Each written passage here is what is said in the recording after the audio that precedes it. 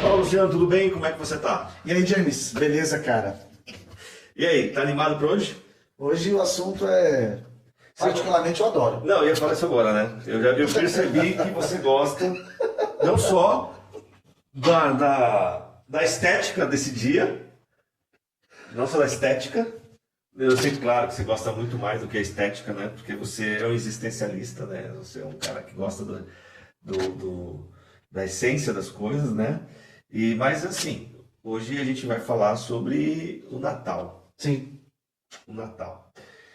E a gente estamos chegando na época, nós estamos na época do Natal, né? Já vemos aí o pessoal fazendo as suas decorações, fazendo os seus trabalhos, né? Embelezando as suas casas. E você gosta de embelezar sua casa, colocar uma árvore de Natal, pisca-pisca? Cara, Ou você é daqueles vou caras... ser sincero, eu sou sincero. A minha esposa, ela gosta muito. Uhum. Como eu sou um cara um pouco mais, como é que eu posso dizer, não é conservador. Não é... Chucrão. Chucrão? É, sei lá, ranzinza, ou não? Não, mais na minha. Enfim, eu sou mais da minha, né? Gosto da beleza, assim, na estética, mas não sou aquele cara que faz árvore de Natal, não sou aquele cara que deixou isso mais. Mas também não critico quem faz. Uhum. Os homens que fazem isso, que gostam de fazer isso, né? Mas, enfim, Luciano, vamos lá. Mas eu não faço não, só pra deixar claro, gente. A minha esposa aqui decora tudo bonitinho Mas lá. patrocina, com certeza. Eu patrocino e adoro ver as casas enfeitadas. E também, quem não gosta, tá tudo bem. Luciano, sobre o Natal, eu não quero ir direto para eu não queria fazer essa pergunta para você, o que é o Natal para você, Sim. né? Porque eu acho que se eu fazer essa pergunta, o que é o Natal para você, eu acho que é melhor a gente trabalhar a partir de uma forma que a gente vai se desdobrando sobre esse tema, né? Uhum. E aí eu queria que a gente começasse a conversar sobre uma perspectiva de Natal, né, que seja bíblica. Sim. Eu acho que é uma coisa que a gente tem que pensar sobre um Natal bíblico e um Natal a partir de uma perspectiva bíblica e a partir de uma perspectiva de um Natal cristão. Porque o que eu percebo, eu vou já falar as minhas impressões, eu percebo que o Natal ele tem recebido uma secularização muito forte. Uhum. A gente vive hoje um Natal carregado com um excesso consumista, um excesso materialista, né? Um Natal cheio de coisas que apagam, né? Apagam e tiram de cena a pessoa central. Uhum. E todas as suas implicações, Eu queria que você falasse pra gente o que você entende sobre isso. Cara, é uma época que eu adoro.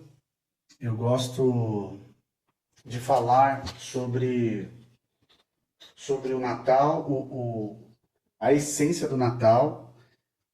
E, de fato, a gente vive numa sociedade que faz de tudo, ou pelo menos tenta deixar de lado o significado real, bíblico, e também a essência do Natal.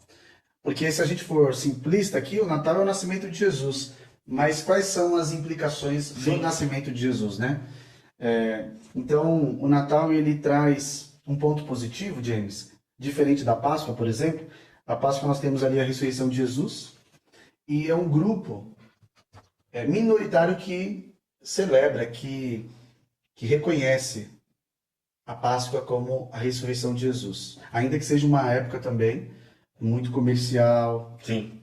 Agora, o Natal, ele tem um impacto tão forte que, penso eu, a maioria das pessoas comemora o Natal. Sim.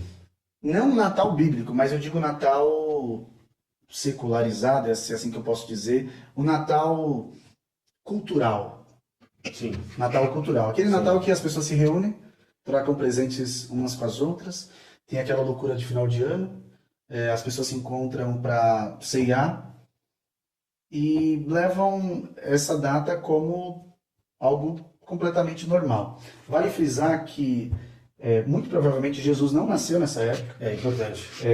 mas a gente, historicamente, trouxe esse período para a gente celebrar o nascimento de Jesus. Então, não é algo bíblico, é algo mais histórico. Mas o importante, acredito eu, James, é trazer essa consciência do nascimento de Jesus e quais as suas implicações, né? Então, a sociedade, cara, ela tem esse viés comercial. Grande parte das pessoas se preocupam mais com o externo, com a aparência externa, com deixar as casas bem enfeitadas, bem bonitas. A cidade, ela brilha, a cidade, ela traz um ambiente diferente. Muita gente se atola nas dívidas, Verdade. muita gente perde realmente o bom senso. Gente que se embriaga e vai viajar e sem nenhuma consciência, responsabilidade. Enfim, o Natal é carregado disso.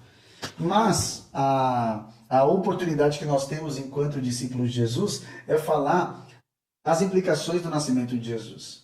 Por quê, James? Porque a Bíblia diz que Jesus veio para salvar. Sim. É a mensagem do Evangelho, salvar todo aquele que está afastado de Deus, todo aquele que é uma criatura não regenerada. Então, o Natal ele é esse lembrete, cara, de que as pessoas estão em trevas, estão na escuridão. Eu estou falando do ponto de vista do pecado, escuridão no coração, em trevas no coração, separada de Deus. E o menino Jesus, ele é esse caminho, essa salvação. Ele é essa nova vida que essas pessoas podem experimentar para conhecer a Deus, para literalmente viver uma nova vida, viver uma nova história. Então, em linhas gerais, para a gente começar esse papo, eu diria que é uma baita de uma oportunidade para a gente apresentar o Evangelho de Jesus e explicar o porquê que Jesus nasceu. Quais são as implicações? Por que que é importante falar de Jesus? Jesus é uma figura histórica apenas? Jesus é um profeta? Jesus é um cara legal? Não, cara. Jesus é Deus que se encarnou e que já no nascimento dele, na encarnação dele, ele já nasce na humilhação. É o kenosis, que a gente já conversou sobre isso. Ele já nasce humilhado. Então, humilhado por quê? Humilhado para quê? Ele se humilha para morrer em nosso lugar, para nos dar perdão, para nos dar salvação. Mas essa salvação não é uma salvação simplista, do tipo assim, vou salvar. Traz até uma ideia estranha, né? Não sei se você já ouviu alguns falarem, nossa, hoje foram salvas 21 almas, 25 almas. Traz uma ideia meio de fantasma, né? Exato. Que as pessoas são fantasmas. Exato. Então Jesus, a palavra de Deus diz que quando Jesus vem aqui em carne, humanamente falando, ele vem para salvar as pessoas da condenação, do pecado, e o reino dele já é estabelecido, né, cara? Sim. E esse reino dele traz consigo transformação de vida, vida em abundância, amor, misericórdia, amar a Deus sobre todas as coisas, amar o próximo como a si mesmo. Então, é uma metamorfose, cara, é uma mudança de mente, de vida. Então é muito profundo e eu acho que a gente tem uma baita de oportunidade nesse período para falar para as pessoas que estão mais abertas, que estão naquele espírito natalino, entre aspas, e que querem receber e ouvir uma mensagem legal. Mas a mensagem do Evangelho é uma mensagem primeiro, uma mensagem de apresentar um problema, Sim. mas tem uma solução que é maior que esse problema. Sim. Então, estamos separados de Deus, mas Jesus ele resolve essa situação. Esse problema, né? Pois Esse problema que o profeta Isaías ele falou tanto, né? O profeta Isaías ele fala desse problema do pecado, o pecado que nos separa de Deus, totalmente separado de Deus, e Paulo fala isso quando ele fala que nós estávamos a gente vivia no estado de ira, né? A gente estava debaixo da ira de Deus. Verdade, bem lembrado. Paulo ele fala Vê isso. como é forte, James, essa mensagem, cara. Bem lembrado. Essa ira que a gente estava debaixo dessa ira, mas agora a gente está debaixo dessa misericórdia, debaixo desse amor, debaixo dessa nova realidade. A gente está no reino de Deus. E assim, quando você falou uma coisa interessante, quando você fala, a gente fala de salvação, e parece que quando a gente fala de salvação, a gente fala da salvação da alma, e a gente fala da salvação da alma, e aí traz essa ideia estranha de uma alma desencarnada, né? Uhum. Né? E essa salvação, ela é a salvação do indivíduo. A salvação do indivíduo Todo, né? todo, que agora faz parte do reino de Deus. E o reino de Deus é o já e o agora. Exato. Né? Quando Jesus ele fala que o reino já chegou. E é interessante que essa mensagem ela veio de encontro a gente. Ela veio de encontro a gente em um momento que era um momento totalmente de escuridão, né? Uhum. Escuridão. Por isso que o Natal, ele tenha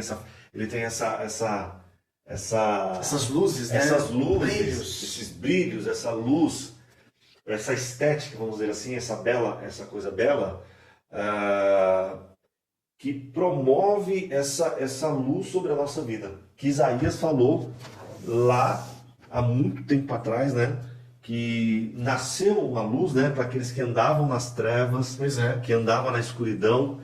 E eu acredito que o Natal, como você falou, a primeira coisa é quando esse Deus que se encarnou, ele nasce em nós. E aí esse nascimento que acontece nos traz uma nova consciência, uma nova percepção, um novo coração, Sim. né? Um novo coração. E aí essa luz, né? Ela vai agora alumia toda a nossa vida, né? Toda a nossa existência, e ela vai. E agora a gente não anda mais em trevas, né? A gente anda em plena luz. Como João fala, né? Exato. Aquele que está nele, né? Aquele que está em Jesus, Não andará em trevas. não andará em trevas, estará em completa luz, né? Então, é tanta coisa para falar, é tanta coisa para dizer. O que a gente poderia trazer nessa mensagem de Natal na prática? Né? Uhum. Na prática, como é que você desenvolve isso? Cara, na prática. Porque a gente tem um Natal que as pessoas olham que você Cultural. Cultura. humanístico. Humanizado. Humanizado. Exato. Né? Aquele Natal humanizado que as pessoas se reúnem numa mesa para comer, para beber, para celebrar a vida, para celebrar aquele momento. Se passou 12 meses, né? Aquele Natal cultural, né? Que em muitas casas, eu acredito nisso, a figura de Jesus e a menção de Jesus nem é dita. Né? Inclusive no meio cristão também. Fica nas entrelinhas, né? Eu vou confessar algo para você aqui, tá? Durante muito tempo da minha caminhada, eu não tinha a percepção do significado e da profundidade, né? E da relevância dessa data, desse momento. É claro que a gente tem, como você falou no começo, a gente tem que entender que o dia 25 não é o dia do nascimento de Jesus, né? Dia 25 se tornou uma data tradicionalmente estabelecida por fatos históricos, né? Dentro da história da igreja, né?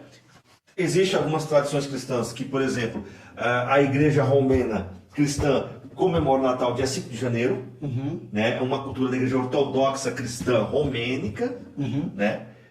Mas isso pouco importa a data, né, Luciano? Sim. Pouco importa a data. O que importa pra gente aqui é o seu significado, Exato. as suas implicações. Exato. E eu confesso que durante muitos anos eu não tinha percepção, entendimento do Natal, né? E digo para você que dentro da igreja evangélica, tá? Dentro da igreja evangélica, né? Eu comecei a ter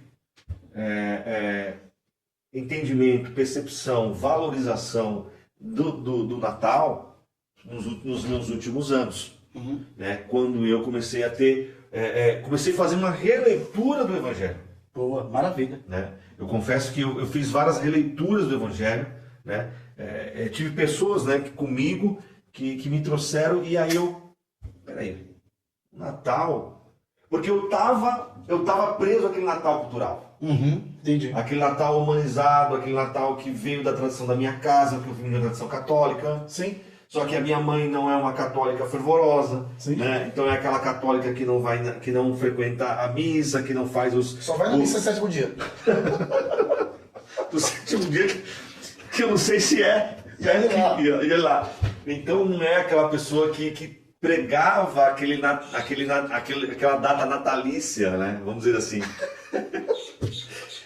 Mas enfim, acabei de... Não, relaxa. Vamos, Não, mas isso é muito legal, James, porque assim... E tem gente dentro das nossas igrejas assim, né? Cara, tem gente que... E aí eu trago um paralelo, acho que eu tô falando muito hoje, né? Não, Eu trago um paralelo... Porque é muito bom esse papo, cara. Porque eu trago um paralelo para outros... eu trago um paralelo, que aí eu abro um parênteses aqui, que falta pra gente um pouco, evangélico, o evangélico protestante, né? Que voltar aos valores, por exemplo, voltar, assim, ter a percepção de momentos como ceia, como Páscoa, É isso? né? Natal, É isso. enfim, esses momentos eles têm que voltar para o centro da nossa espiritualidade, da nossa percepção evangélica, né? É isso. Por isso que a gente faz o que faz, né, James? A gente tenta... você percebeu no domingo, na nossa celebração, por isso que a gente já canta músicas que tem a ver com o nascimento de Jesus. Por isso que a gente se prepara para a Páscoa. Por quê? Porque não são datas isoladas. Deve fazer parte do nosso ordinário, cara. Sim. Por quê? Você me falou de prática. Olha, James, o tanto de gente que eu vejo tentando produzir a partir dela mesma uma luz, boas obras, vou dar presente. Por quê? Porque eu quero receber presente. Sim, sim. Tem gente, e olha só, gente, eu posso falar uma coisa aqui e pode escandalizar vocês. Mas assim, a minha filha, Chloe, a gente conversa sobre o Papai Noel. A gente conversa. Vai ter um momento que eu vou falar para a Chloe que o Papai Noel não existe. Mas eu não falei ainda nesse momento. Eu acho que eu já falei em algum momento, mas não lembro o que eu falei. Agora sim, o que vale a pena dizer é que se você perguntar para a Chloe qual que é o significado do Natal, ela vai saber responder. Que é o nascimento de Jesus. Então, eu acho que o equilíbrio ele é muito importante. Por quê? Porque ele não fica só ali. Faz parte do ordinário. Sim. Cara, Jesus nasceu. E Jesus nasceu por quê? Porque as pessoas, por si só, não conseguem produzir luz, não conseguem se autossalvar. A mensagem do Natal é a seguinte: Jesus veio porque a humanidade não consegue se salvar. Veio o Salvador da humanidade. Esse é o ponto do Natal. Por quê? Porque você vai em muitos lugares, aí as pessoas falam, até crente, né? Mas o Papai Noel é do diabo. Nem sabe a história do Papai Noel, São Nicolau, nem tem um mínimo de conhecimento histórico. Agora, o Papai Noel, ele é essa figura que toma o lugar de Jesus? Nunca. Só que as pessoas, elas tentam projetar no Papai Noel aquilo que só Jesus pode dar. Que é o presente da graça imerecido. Presente, graça, sinônimos ali parecidos. Sim. É o presente que Jesus quer dar para as pessoas.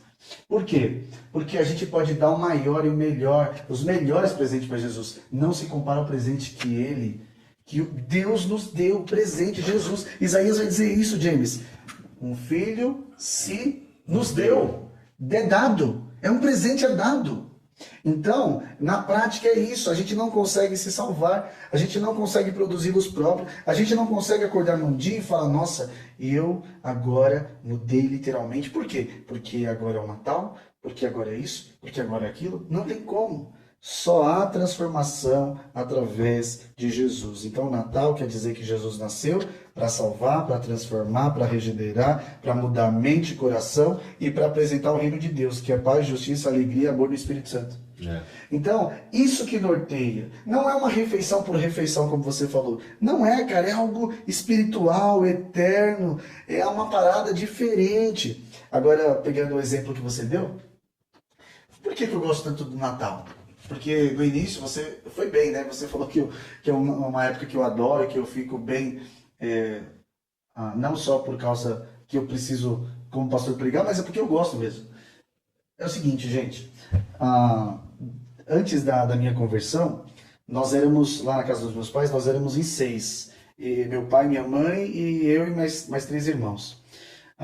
Eu sempre tive um desejo de fazer ceia, cara. Sempre tive um desejo de jantar com a família, só que meu pai sempre trabalhou à noite. Meu pai trabalhou 17 anos à noite, então ele pegava o boné dele 9 horas da noite e ia trabalhar. Minha mãe fazia uma coisinha ali, uma coisinha acolá, e a gente depois se dispersava, cara. A gente comia uma coisinha, cada um ia para casa de um familiar. Sim. Então, assim, a gente, por tabela, comemorava o Natal um pouquinho com a minha família e um pouquinho com outras famílias. Parecia que a gente estava meio que procurando lugares para ficar, sabe? E aí, ô James, falei, cara, Sensação ruim, né? é porque você quer fazer algo que a cultura, mesmo na época a gente não entendendo, mas Sim. a gente queria seguir o baile, né? Então é aquela ceia de família, né? Então eu não tive isso por N razões, né?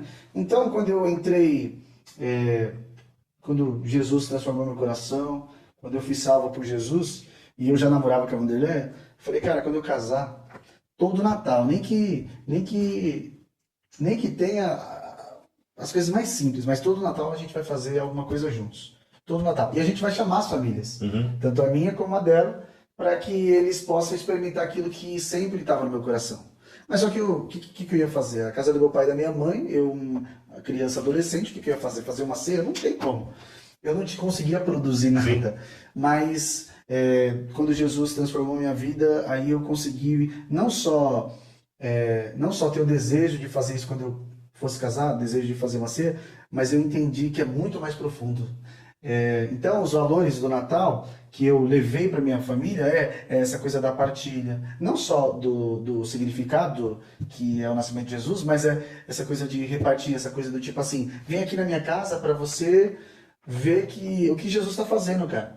Repartir, compartilhar, fazer uma Sim. troca de presente juntos, mas no sentido do quê? Tudo em torno da pessoa de Jesus, sabe? Sim. Para as pessoas olharem e falar, caramba, mano, mas eles têm um franguinho ali, um galetinho, tem uma farofinha ali, uma sobremesinha, só os dois. Eu lembro que o primeiro Natal que a gente fez uma casinha pequena, mas a gente conseguiu chamar as pessoas. Então, a partir daí, só uma vez que a gente não conseguiu fazer o Natal juntos, foi quando a minha sogra faleceu. Sim. E aí a Vanderia não estava com a cabeça boa, né? Mas de resto, a gente segue, Perfeito. porque a gente materializa o Evangelho, né?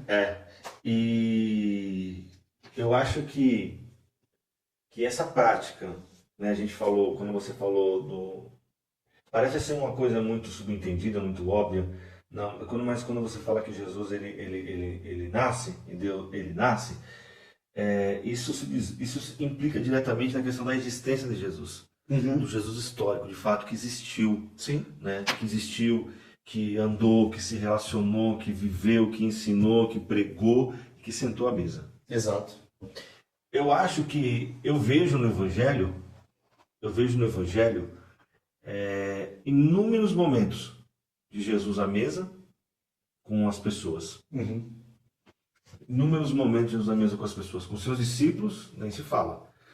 A gente percebe o que os evangelistas narram e, óbvio, aquilo que eles não narram. Então, o que eles não narram é óbvio, está nas entrelinhas, que Jesus esteve muito com os seus discípulos à mesa, ensinando, pregando, né? Comendo, né? Jesus à mesa com seus amigos, como Marta, Maria, Lázaro. Exato. Jesus à mesa com os pecadores, né? Zaqueu, Pois é. com os publicanos, com as prostitutas, com os religiosos. E Jesus na festa, né? E Jesus na festa. Casamento. Então, você percebe que Jesus, ele é aquele que ama a mesa. Sim. Né? Que ama a mesa. E o Natal é esse lugar de encontro na mesa. E aí na mesa, a gente vai encontrar aqueles valores, Sim. né? Da misericórdia, da partilha, né? Aqueles valores de Comunhão. comunhão, de amor, de, de Pertencimento, né? pertencimento, né? De longanimidade, de paciência, Porque é tão legal isso que você está falando, de James. perdão. É tão legal isso que você está falando, que você vai continuar. Tem gente que não tem essa mesa e nós somos convidados a oferecer essa mesa. Exatamente. Quando você falou da sua experiência natalina, Pois de é. todos os anos, de chamar as pessoas à mesa, é o que Jesus fazia. Uhum. Lembra quando Jesus lá na praia, Lembro. né? Jesus na praia, lá os discípulos, e ele chama os discípulos para comer O churrasquinho, o churrasquinho de peixe. de peixe. E no caminho de Emaús? E o caminho de Emaús? Eles só conseguiram ver Jesus. Na mesa. Pois é. Pois é, eu acho que na mesa a gente se torna mais gente, Mais humanos. mais humanos, Mais sensíveis. mais sensíveis. A sensibilidade, sabe por quê, Luciano? E o Natal ele traz isso. Na mesa a gente percebe que a gente é frágil e que o outro também é frágil, que é igual a gente e a gente é igual ao outro. E no final das contas, todos nós precisamos de Jesus. Pois é, exatamente isso. Quando a gente está distante da mesa, quando a gente está distante da comunhão, do lugar de comunhão, quando a gente está distante da comunidade, aí eu volto para minha, né? Eu gosto muito de falar da comunidade.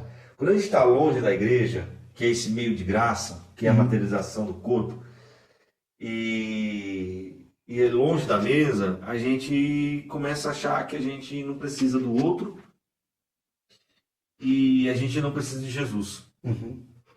Porque quando a gente olha no outro, esse irmão, a gente consegue ver através desse irmão o próprio Jesus, Uhum. né? E Jesus ele fala isso, né? Quando Jesus fala dos meus pequenininhos, Uhum. né? Olha, os meus pequenininhos, enfim. Então a gente tem que, na mesa que Jesus nos convida para estar, a gente tem que aceitar esse convite. E nessa mesa a gente tem que convidar as outras pessoas também para estar. O grande banquete. O grande banquete. O grande banquete.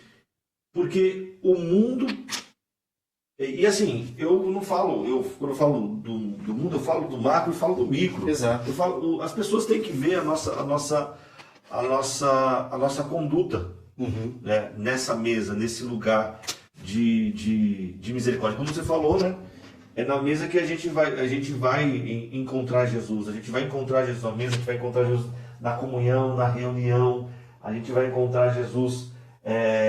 E no Natal, a gente vai... É uma data, é um momento que faz a gente lembrar disso. Eu acho que assim, a gente tem que viver isso todos os dias. Uhum. Ter essa perspectiva todos os dias. Mas o Natal, ele faz a gente... Ele é o clímax, né? Ele é o clímax. Ele vai fazer a gente, essa tônica, ela fica bairando, né, sobre a nossa mente esse tempo todo. E eu acho que o Natal, ele é um momento de reflexão. Ele nos leva a gente refletir. Refletir. E eu quero dizer para você que é um momento de reflexão. Assim como a gente reflete na ceia, né, quando a gente faz o autoexame, e quando a gente está naquele momento aquele sacramento, e a gente está ali refletindo no culto, o que é cantado, o que é pregado, a gente olha para a mesa, e parece que a mesa olha para a gente. Luciano, acho que eu já falei muito, né? Eu acho que eu queria que você dissesse para a gente aí, para a gente ir caminhando, né? Sim. É tanta coisa para falar, né? É verdade. Um episódio só fica pequeno. Eu tô achando que... Bom, talvez pode ser o nosso último episódio do ano, né? Talvez. Vamos ver, né? Vamos ver como é que vai ser ali naquele pós-Natal, né? Cara, mas eu me emocionei quando você estava falando, porque os últimos dias aí, eu acho que as últimas semanas, eu tenho ficado mais... Não sei se a palavra é sensível, mas eu tô muito emotivo. Tô emotivo, né? E aí tudo que você tava falando, cara, da mesa, da ceia, Sabe, James, a gente tem um pecado, cara, que é muito difícil pra gente, cara. Pra encerrar aqui, tá? Acho que é o pecado da acepção de pessoas, acho que é o pecado do orgulho. Sim. E você falando da ceia, da mesa, a gente falando, conversando sobre isso do Natal. Domingo eu vou falar sobre a genealogia de Jesus, cara. E quando a gente vê a genealogia de Jesus, em Mateus capítulo 1, a gente vai ver só gente que não vale nada, cara. Mas fazendo parte da família de Jesus. Então você falando, por isso que eu até me emocionei, é que a gente às vezes exclui as pessoas que aos nossos olhos não valem a pena, não tem mais esperança, não tem mais perspectiva. Mas a família de Jesus, toda problemática, cara. Então dá pra gente convidar alguém como Raabe? De maneira nenhuma. Tipo assim, você tá entendendo como a lógica humana, cultural, secular, às vezes é fazer o meu Natal, é fazer a minha ceia. Mas eu acho que o Evangelho, o nascimento de Jesus nos lembra que a família de Jesus, ela era também desorganizada e imperfeita, exceto ele. Exceto ele. Perfeito. Mas eu acho tão lindo que Jesus, todas as vezes que o Senhor entrou na vida dessas pessoas, houve transformação, houve mudança. Então, quem somos nós para julgar as pessoas? Eu acho que a gente tem que apresentar esse Jesus que não desconsiderou essas pessoas e que a árvore genealógica ela traz para a gente pessoas quebradas, pessoas imperfeitas, mas que podem fazer parte da família de Jesus. E a gente pode apresentar isso também. Cara, que maravilhoso. Que maravilhoso. Eu vou te falar que trabalhar essa perspectiva, né? Olha eu falando de novo aqui, hein? Eu fiquei muito contente em ouvir isso, porque não é toda hora que a gente escuta essas coisas. A gente não está fazendo nenhuma rasgação de seda aqui, mas você trabalhar essa genealogia a partir de uma perspectiva desse ponto de vista, né, é muito interessante. E aí me faz lembrar dos próprios pais de Jesus, né? verdade. José, Verdade. né? José carpinteiro, irrelevante, homem simples, trabalhador. Nossa. Hoje o José seria ô Luciano, o José seria o Zé Pedreiro. O Zé Pedreiro. O Zé Pedreiro. Na verdade, eu vi uma ilustração. Nada contra os pedreiros, pelo amor de Deus. Pelo amor de Deus. Profissões maravilhosas. Eu vi uma ilustração uns anos atrás, uma charge, de como seria Jesus hoje. Ele seria o filho do Zé Pedreiro e da Diarista diarista Maria. É. Sem nenhum, pelo amor de Deus, sem nenhum viés ativista político. Não, fica tranquilo. Mas seria o mulato João Pedreiro e talvez filho da Maria Negra diarista. Que nasceria num bairro na periferia. Da periferia de São Paulo. Algo bom de Nazaré? Vindo de Nazaré? Exatamente. Você chegou exatamente aí. Então, quando a gente olha para a genealogia, a gente vê Raabe, a prostituta. Imagina. A gente vê a Tamar, né? Com todos aqueles problemas. A gente vê os filhos de José, todos problemáticos, assassinos. Os filhos de José foram, de Jacó, assassinos, assassinaram uma cidade, sabe? Fizeram carnificina na cidade. Israel, Salomão. Então, gente, aí a gente olha para nós. Exatamente. A gente faz esse pecado. Eu gostaria de enfatizar. Dizer, Deus te abençoe, Luciano, por essas palavras, que eu acho que tem que ficar no nosso coração nesse Natal. Acepção de pessoa e orgulho. Não podemos fazer acepção de pessoas. Né? Nós não podemos fazer e nós não podemos ter o coração orgulhoso. Né? Porque o coração orgulhoso é um coração que corre um perigo muito grande de ficar longe de Deus, longe de Jesus, né? Longe da graça, da salvação. E que Deus se opõe, né, cara? Que Deus se opõe aos orgulhosos. Aos orgulhosos. E concede graça aos humildes. Por isso que o reino de Deus é dos humildes. É dos humildes. Porque o reino de Deus é daqueles que são humildes, né? Para reconhecer a miséria, a irrelevância, a incapacidade. James, essa é a mensagem do Natal. Essa é a mensagem do Natal. Reconhecer a nossa miséria. A gente não consegue se salvar. É isso, cara. É isso, cara. Bom, que Deus abençoe. Obrigado, meu irmão, por esse papo. Obrigado, porque eu fui extremamente abençoado. E Deus eu sou abençoe. sempre abençoado quando a gente tem esse papo aqui, essa conversa bíblica profunda entre linhas e versos. E é isso, gente. A gente vai conectando, a gente vai trocando ideia a partir do que Deus tem falado ao nosso coração, né, cara? Amém. Eu também sou muito abençoado. Para mim, esse momento é um momento muito especial. E eu quero convidar você que está nos ouvindo para estar conosco nos cultos de domingo, né? A nossa igreja na Avenida Acácio Fontoura, 841. 841, domingo, Vila São José.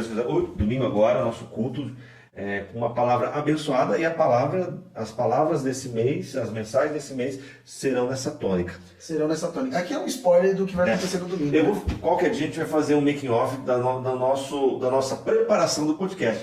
Esses 40 minutos, 35, gente, vocês não têm noção do nosso bate-papo das nossas preliminares. É verdade. Mas enfim, isso fica pro ano que vem. E, né? gente, deixa eu falar uma coisa pra vocês, é porque é Com complicado. ou sem. Ó, outra loucura que eu vou falar aqui, ó. Vai a Jesus, vai a nossa comunidade, do jeito que você tá. Imagina qualquer situação que você esteja passando. Vai. Imagina qualquer dificuldade que você esteja passando. Vá. Vá, porque quando você encontra Jesus, você nunca sairá a mesma pessoa. Que Deus te abençoe. Amém. Abraço, Luciano. Até Até qualquer dia. Abraço. Valeu, Deus abençoe, gente.